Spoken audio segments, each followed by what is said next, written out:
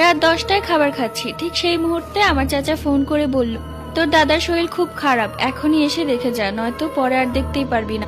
এই কথা শুনে আমাদের মনের মধ্যে কেমন একটা ঝড় বইতে লাগলো। কিছুদিন যাবৎ দাদার খুব অসুখ যাচ্ছে। খাওয়া দাওয়া বাদ দিয়ে আমরা রওনা দিয়ে দিলাম দাদার বাড়িতে।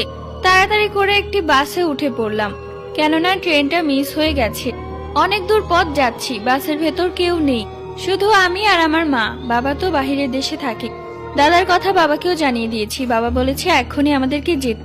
একটা জিনিস আমি খুব ভালো করে খেয়াল করলাম, এতক্ষণ বাসের ভেতর কেউ ছিল না, শুধু বাস চালক, হেল্পার আর আমরা দুজন। কিন্তু কিছুক্ষণ পর দেখলাম পেছনের সিটে একটা বৃদ্ধ লোক বসে আছে। এই বৃদ্ধ লোকটা কখন উঠলো দেখতে পাইনি তো।